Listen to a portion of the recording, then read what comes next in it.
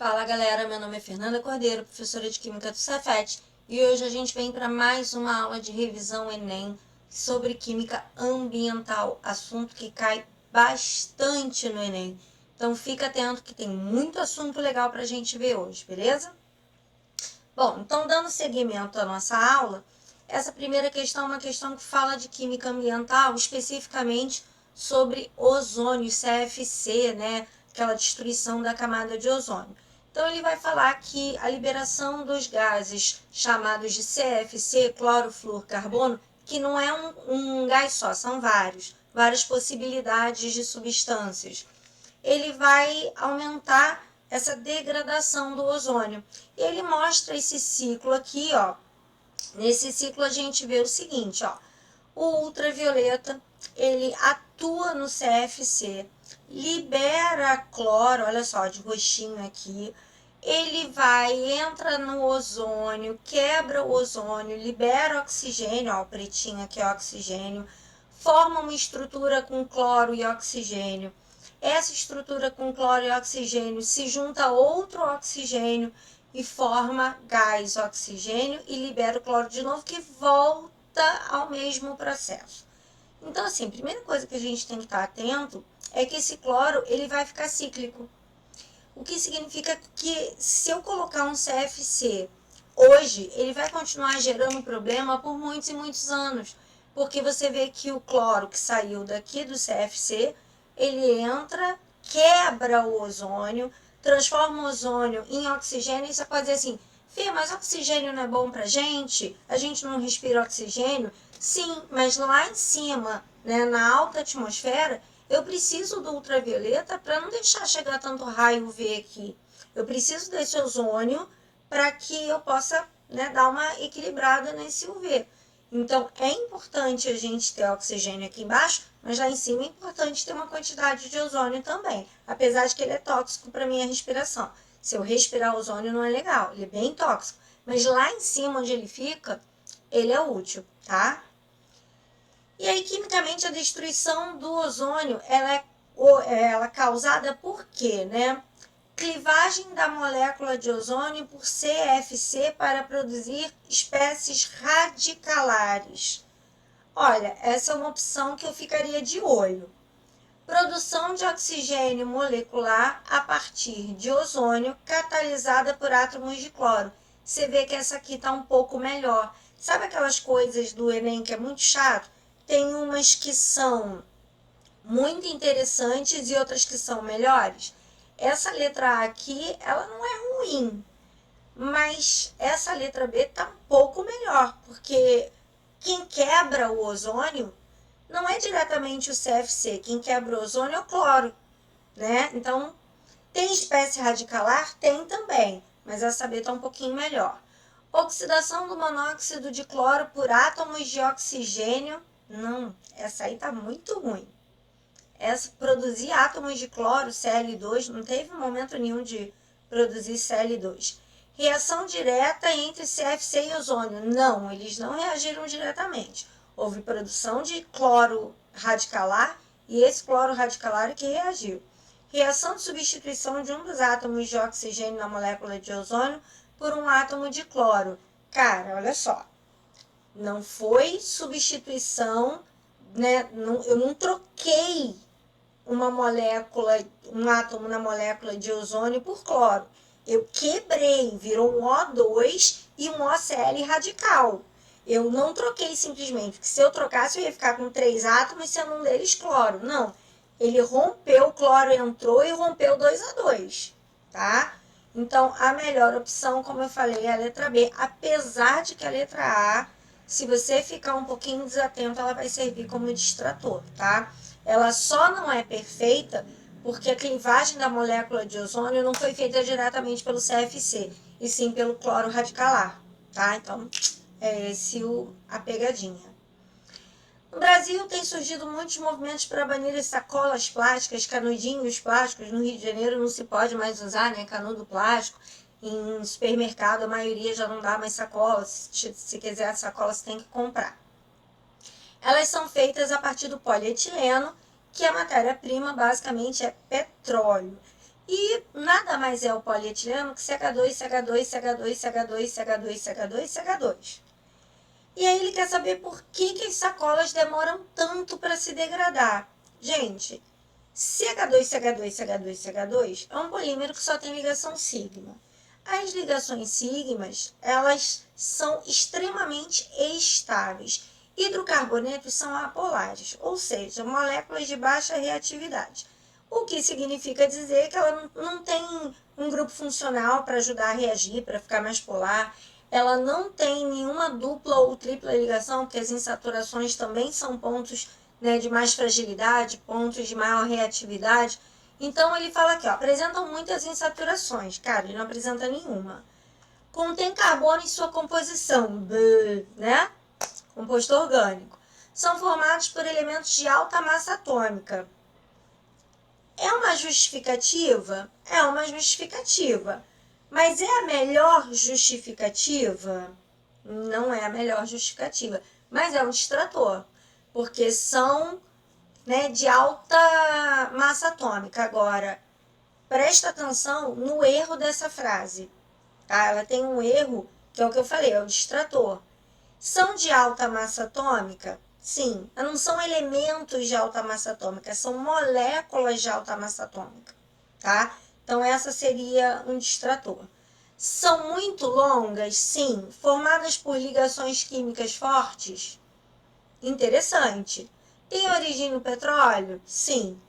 É uma matéria-prima não renovável? Sim. Mas é isso que justifica elas não se degradarem? Não, né? Então, o motivo delas não se degradarem é que elas são estruturas longas, são macromoléculas e as ligações são sigma, são ligações fortes, tá?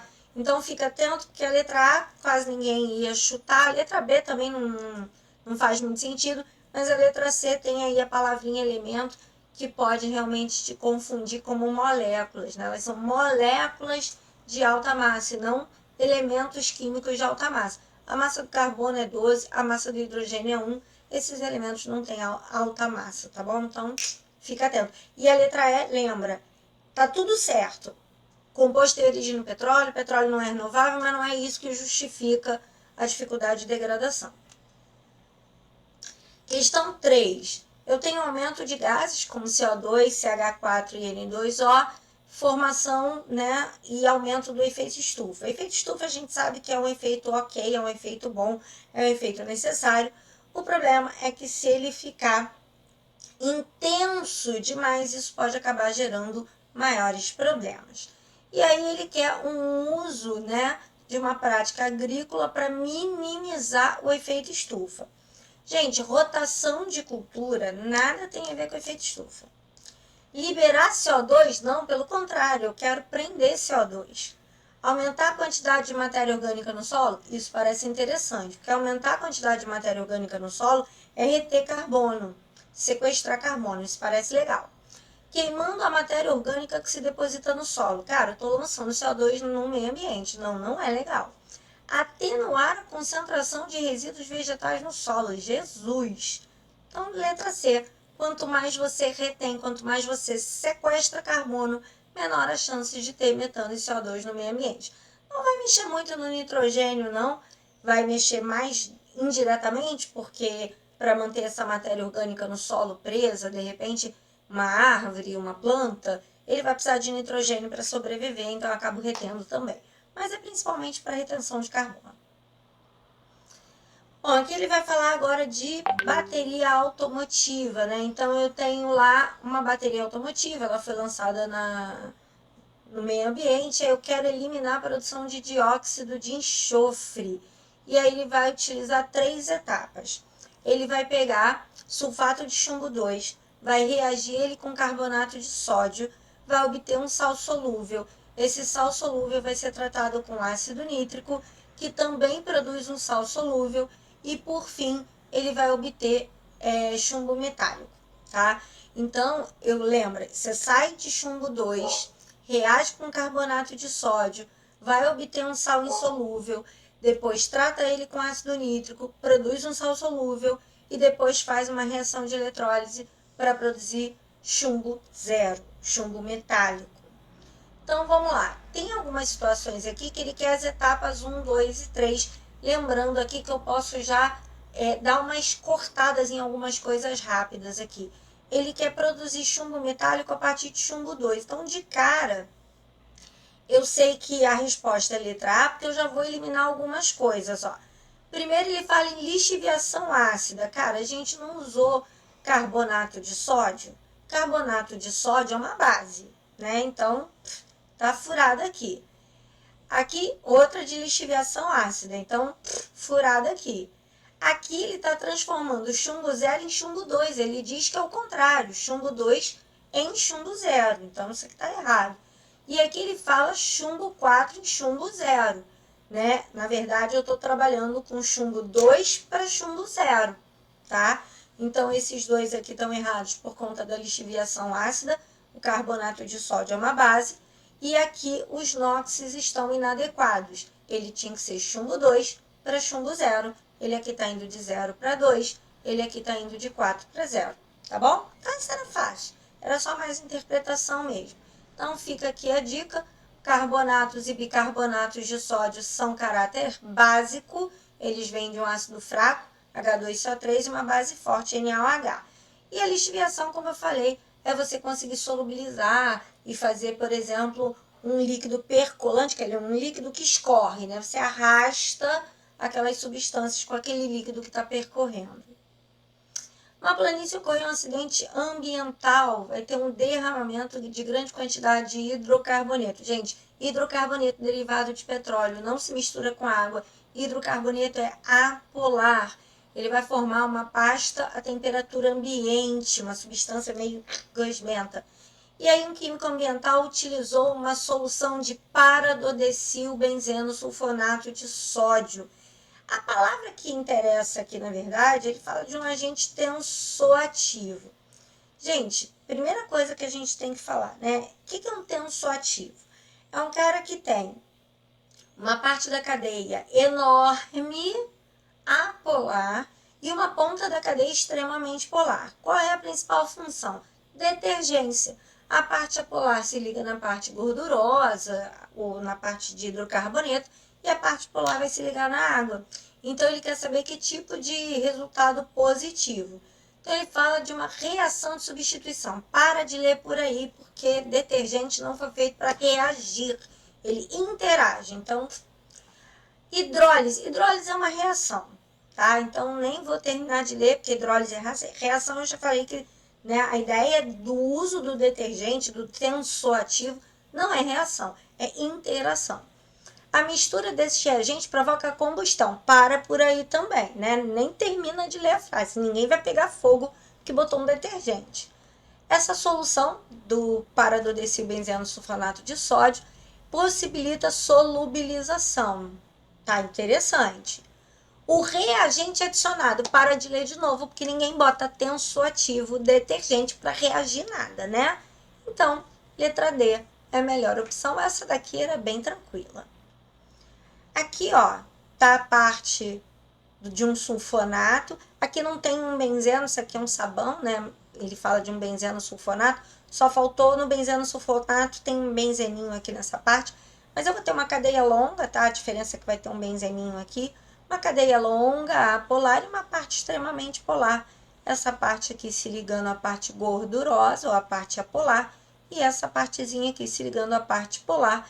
E ele vai formar uma micela, que é uma estrutura 3D, é uma estrutura que ela fecha, a parte gordurosa vai ficar aqui dentro escondidinha, em contato com as caudas apolares, e aqui fora a parte polar, essa parte iônica polar, em contato com a água, tá bom?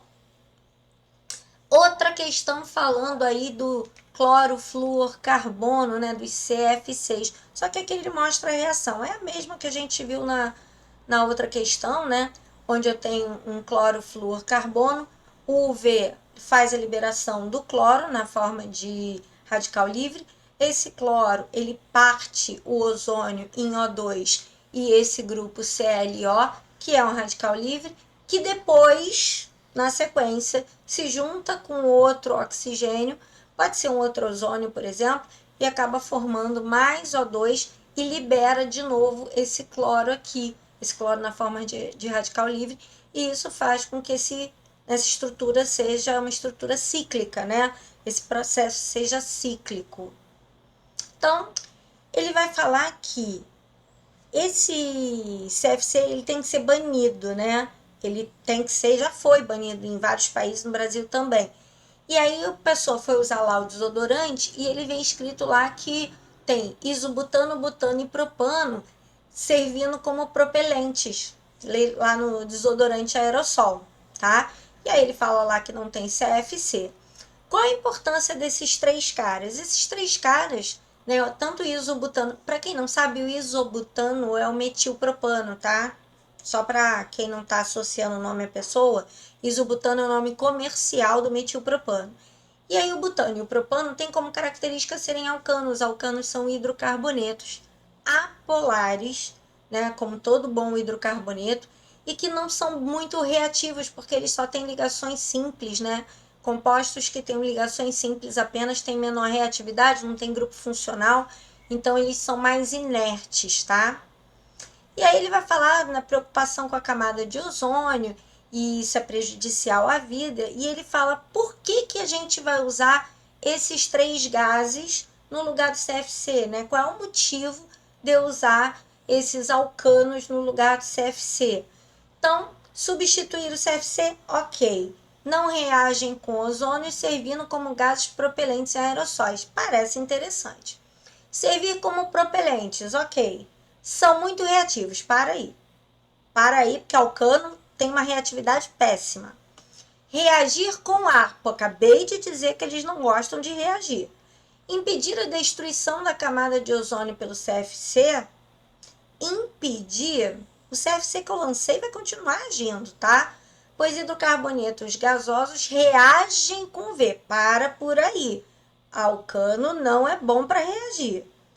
Destruir o CFC, para por aí que para destruir o CFC ele tem que reagir. Portanto, eles não reagem com ozônio, né? Ele não reage, ele age com quase nada. Reagir ao cano é muito difícil, tá? Então, essa é a principal importância da gente usar ele. Eles são péssimos para reagir. Tubos de PVC, material organoclorado sintético, normalmente utilizados em encanamento na construção civil.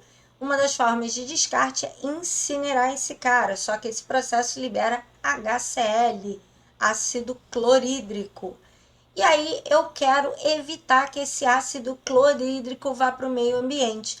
E aí eu posso passar essa fumaça, né, que tem gás clorídrico, esse cloreto de hidrogênio, ácido clorídrico, numa substância que pode neutralizar esse cara. Aí, gente, olha só. Se esse cara é um ácido, o que eu vou procurar para neutralizar um ácido? Alguma coisa básica, não é isso? Então, eu vou correr atrás de alguma coisa que tenha caráter básico aqui.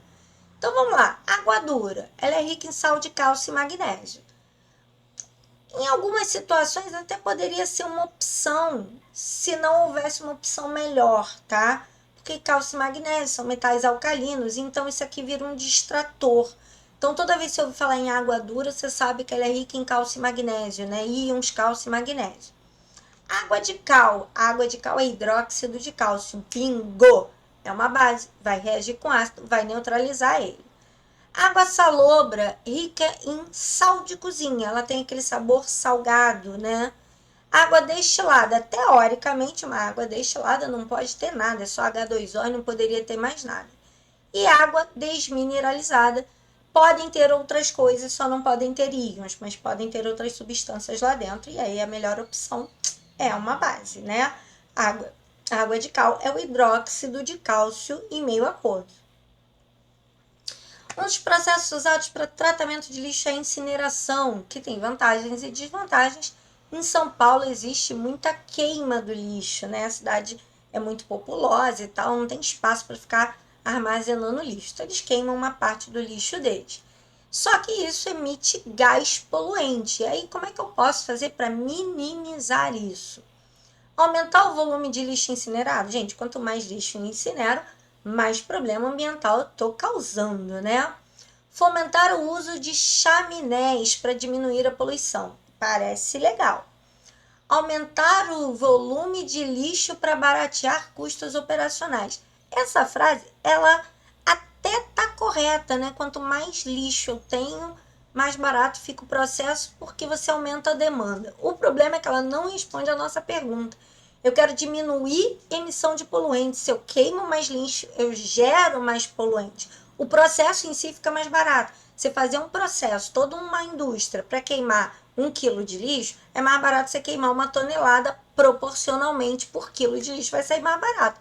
Mas vai poluir mais, né? Então, não é opção não.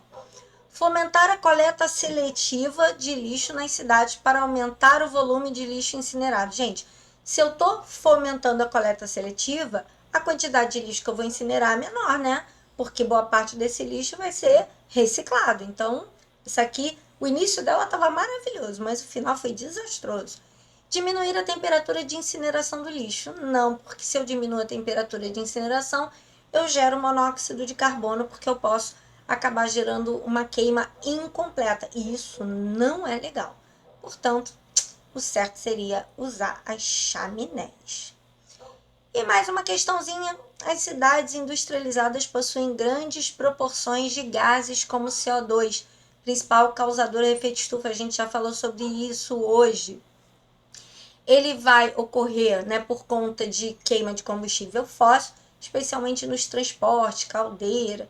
E aí eu vou ter, quanto mais aglomeração de pessoas, né, mais necessidade de queima de combustível, mais concentração de solo asfaltado, concretado, mais calor eu vou gerar. Então, assim, eu estou gerando mais gases de efeito estufa e, ao mesmo tempo, é o mesmo lugar que eu tenho mais concreto, mais vidro, mais prédios de vidro, porque o vidro, ele reflete a luz de volta para a cidade, né? Ele não deixa o calor se dissipar. E aí ele está falando que esses materiais, eles acabam absorvendo mais calor e devolvem esse calor para o ar em forma de radiação térmica. E aí a ideia é, em áreas urbanas, devido à atual conjuntura, esses efeitos estufas, essas ilhas de calor, o que vai acontecer com a energia elétrica, galera?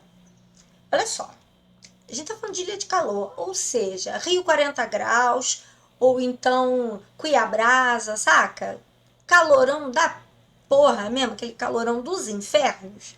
Qual é a primeira coisa que tu vai fazer quando tá um calor do cacete? Geladeira, geladeira, geladeira, ar-condicionado, ar-condicionado, ar-condicionado, amigo. Nunca que a energia elétrica vai diminuir, né?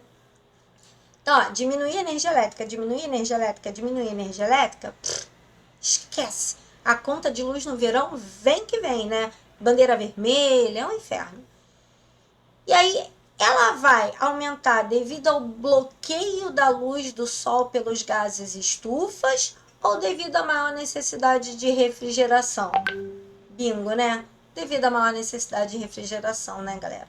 Você vai ficar 24 horas por dia, se puder. Aí, às vezes, você não tá com muita grana para pagar teu ar-condicionado, o que tu faz? Rouba do shopping, né? Vai para uma lojinha, vai para um lugar mais fresquinho, para roubar o alheio, né? Quem nunca? Quem nunca? Bom, galera, aqui tá uma situação de área rural, né, em que eu tenho a possibilidade de dissipação de calor, a gente tem transpiração de plantas, a gente tem um lugar mais úmido, a água pode evaporar e circular. E aqui, né, só concreto, só concreto, só concreto. Não tem para onde a água conseguir manter o úmido e os prédios acabam refletindo a luz do sol de volta para o ambiente. Tem uma concentração maior de gases estufa. Aqui a concentração de gases estufa é mais baixa, aqui a concentração é mais alta, enfim. É um desastre, né? Bom, galera, eu espero que vocês tenham gostado, tá? Com essa foi a nossa segunda aula de ambiental. Ainda temos mais uma aulinha de ambiental. Se gostou, compartilha, se inscreve no canal, dá aquele likezinho que eu vou ficar bem feliz, tá bom? Nos vemos na próxima. Beijos. Fui!